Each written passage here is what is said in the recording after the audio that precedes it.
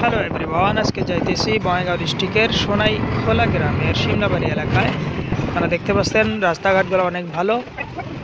আজকে যাইতেছি আমার ফুপুর ইন্টারভিউ করতে। আমার ফুপুকে আমি ট্রিটমেন্ট করেছিলাম, আর ট্রিটমেন্ট করে ওনার অনেক ইমপ্রুভমেন্ট হয়ে গিয়েছে।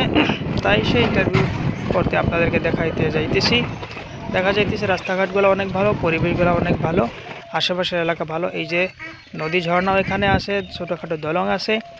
আর রাস্তাঘাটগুলো যদিও ভালো, কিন্তু এটা গ্রাম অঞ্চল হিসাবে অনেক উন্নত হইতে পারে না, চিকিৎসাপাতির ব্যবস্থা না। এই যে নদী ঝর্ণা দলং, অনেক ভালো একটা পরিবেশ। চলেন আমার সাথে থাকবেন, আর আগামী কিছুক্ষণেই একটা ইন্টারভিউ করবো, আমার ফুপুর ইন্টারভিউ। দেখতে পারবেন যে চিকিৎসা করার পরে কতখানি ইমপ্রুভমেন্ট হয়েছে। আপনারা আমার সাথে থাকবেন ইনশাআল্লাহ। আসসালামু আলাইকুম, আমি ডক্টর বাকিবুল্লাহ আহমেদ বলছি। আমরা এসেছি এখানে বঙ্গাইগাঁও ডিস্ট্রিক্টের সোনাইখোলা গ্রাম। এই জায়গাটার নাম কি? শিমলাবাড়ি না? হ্যাঁ, শিমলাবাড়ি। আচ্ছা, এখানে আসলে এটা আমার ফুপুর বাড়ি, আর ইনি হইল আমার ফুপু। আমরা পিসি যাকে বলি, ফুপু। তো এনাকে বর্ধমান এক হসপিটালে নিয়ে যাওয়া হয় অনেক দিন আগে, প্রায় 27 আগস্ট 2024। আর সেখান থেকে আমাকে ফোন করা হয়। আর মেডিকেল রিপোর্টগুলো যেরকম এন্ডোস্কোপি রিপোর্ট, তারপরে সিটি থরাক্স, তারপরে সোনোগ্রাফি, এই রিপোর্টগুলো আমাকে পাঠানো হয়। আর তখন তেনার সমস্যা ছিল কয়েক প্রকারের।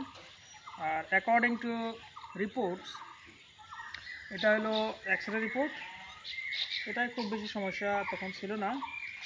আর এটা হলো sonography USG report. According to report, এটা এখানে বলা হইতেছে যে হেপাটোমেগালি উইথ ফ্যাটি চেঞ্জেস, মানে হেপাটোমেগালি মানে লিভারটা বড় হয়ে যায়, আর কিছু ফ্যাটি চেঞ্জেস মানে লিভারে কিছু ফ্যাট হয়। আর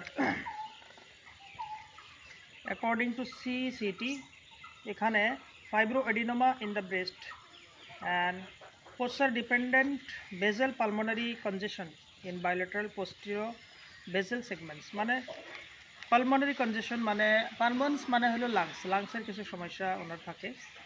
তো আমাকে রিপোর্ট পাঠানো হয়। অ্যাকর্ডিং টু রিপোর্ট আমি ওই টাইমে এই মেডিসিনগুলো ওনাকে প্রেসক্রাইব করি। এখানে আছে শরবতে উন্নাব, তারপরে এখানে আছে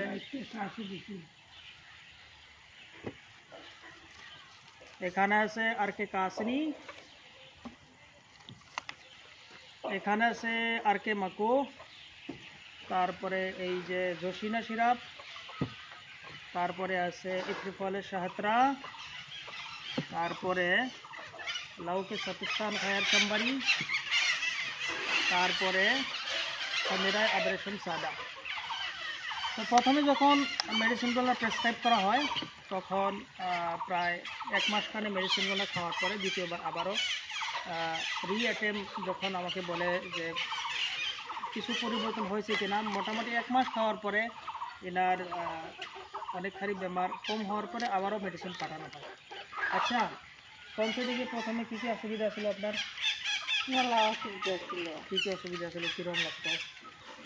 বউয়ের মধ্যে দুঃখ পাইছি, কাম করার নেই, কাম করতে গেলেও আসলে কাম করার নেই, দুঃখ পাইছি। বা ডাল্লা টাল্লা কাহিনী নেই, দুঃখ পাইছি, দুঃখ পাই না। বা অনেক ভালো হয়েছি। আচ্ছা, প্রথমে সব কাম করা হয়। এখন প্রথমে কয়দিন খাইছিলেন মেডিসিন? 1 মাস খাইছিলাম, ভালো হয়েছি। 1 মাস খাওয়ার পরে কী পরিবর্তন হইলো? মেলা পরিবর্তন পায়া, খুব ভালো পায়া আবার আনলাম। আচ্ছা, দ্বিতীয়বার আবারও না হইলো। হ্যাঁ, এখন দ্বিতীয়বার আনার পরে কতদিন খাইলেন? খাইছি পরে 15-20 দিন খাইছি, রোজা থেকে আর এত মনে থাকে না। আচ্ছা আচ্ছা তারপর মেলা আরাম পাইছি। আচ্ছা, কথা হলো মেডিসিনগুলো এনাকে খাইতে দেওয়া হয়েছিল, মেডিসিনগুলো হয়তো সময় মতো খাই নাই, কন্টিনিউটি যেটা সব সময় মানে নিয়মিতভাবে যেটা ওষুধ খাওয়া, এটা অবশ্য খাই নাই। তারপরেও দেখা যাইতেছে অনেকখানি ইমপ্রুভমেন্ট হয়েছে। এখন বর্তমানে আপনার কি অবস্থা? এখন কতখানি ভালো পাইছেন আর কতখানি কম বেশি একটু বলেন সবাইকে। মেলাহানি আরাম পাইছি। এখন সেই সমস্যা, যে সমস্যা আছে সেই সমস্যা তো নাই। এখন আচ্ছা, কাশি মরার বছর ছিলাম, বউর মধ্যে খালি দড়ি বাঁচছে, কাঁচাহীন নেই। খালি কিছু যে আমি বাঁচুন আমি যেরকম হয়েছিলাম তাতে এই গাছটার ওষুধ খাতে আল্লাহ করলে আমার আল্লাহ ভালো যাক, করছে। আলহামদুলিল্লাহ আলহামদুলিল্লাহ।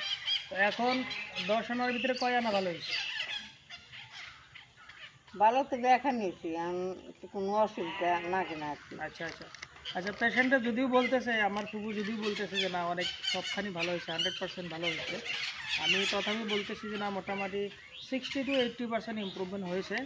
আর ওষুধ ইনশাল্লাহ চালিয়ে গেলে আগে আরও মানে পরিপূর্ণ যেটা 100% যেটা ঠিক এটা হয়ে যাবে। আর এনাকে পরিপূর্ণ ট্রিটমেন্ট করানোর পর আমি অবশ্য থাকি দূরে, একটু ফিল করে থাকি। এনার বাড়ি এখানে বঙ্গাইগাঁও ডিস্ট্রিক্টে, তো আমি তো আসতে পারি না, ওখান থেকে হয়তো মেডিসিন আমি প্রেসক্রিপশন করে ট্রিটমেন্ট করেছি। তো আশা করা যায় এনাকে পরিপূর্ণ ট্রিটমেন্ট করে আবার এই রিপোর্টগুলো আমি করানোর চেষ্টা করবো, সোনোগ্রাফি বা এই যে এন্ডোস্কোপি রিপোর্ট, তারপরে সিইসিটি, তারপরে সোনোগ্রাফি, হ্যাঁ, বা ব্লাড রিপোর্ট যেগুলো আছে, এক্স রে, এগুলো আবারও রিটার্ন করানো হবে। দেখা যাবে যে কতখানি ইম্প্রুভমেন্ট হয়। এখন তো ইনশাল্লাহ বোঝা যাইতেছে এই ওষুধগুলো খায়া আর মোটামুটি 60 to 80% ইম্প্রুভমেন্ট হয়ে গেছে। আপনাদের কাছেও এরকম কোনো পেশেন্ট যদি থাকে তাহলে আমাকে রেফার করবেন। আমাদের ওষুধগুলোরও খুব দাম না, অল্প কিছু দাম। আর আমাদের হসপিটাল আছে শিলচরে, regional research institute of Unani medicine Silchar. এখানে পরিপূর্ণ ফ্রি ট্রিটমেন্ট করা হয়। এখানে যদি আপনারা আসেন তাহলে অবশ্যই টাকা খরচ হবে না, মাত্র 20 টাকা লাগে একটা রেজিস্ট্রেশন করতে। আর রেজিস্ট্রেশন করে পরিপূর্ণ ডাক্তার দেখে পরিপূর্ণ চিকিৎসা ফ্রি আপনারা করতে পারবেন এখানে। আর আরও যদি কারো কোনো মানুষের যদি এরকম কোনো সমস্যা থাকে, যে কোনো সমস্যা আপনারা আমাকে রিপোর্ট পাঠাইতে পারেন হোয়াটসঅ্যাপে বা ফেসবুকে রিপোর্ট পাঠাইতে পারেন। রিপোর্ট দেখে ইনশাল্লাহ যদি পেশেন্ট দেখার দরকার থাকে তাহলে আমি বলবো যে পেশেন্ট আমার দেখতে লাগবে, পেশেন্ট দেখে ইনশাল্লাহ ওষুধ দেওয়া হবে। আর যদি পেশেন্ট না দেখে ওষুধ দেওয়া সম্ভব হয় তাহলে পেশেন্ট না দেখে ইনশাল্লাহ দেওয়ার চেষ্টা করব। আশা করি সবাই ভালো থাকবেন, ইনশাল্লাহ আমার জন্য দোয়া করবেন। আমি শুধুমাত্র দোয়াই চাই। আর দোয়া হলো সব থেকে বড় বস্তু ভাই। সবাই দোয়া করবেন আর এরকমভাবে যাতে সবার সেবা, সবার খিদমত যাতে করে যাইতে পারি তার জন্য দোয়া করবেন। খিদমতে মানুষে বলে খিদমতে ক্ষুধা পাওয়া যায়। সবাইকে আসসালামু আলাইকুম, আমার জন্য দোয়া করবেন।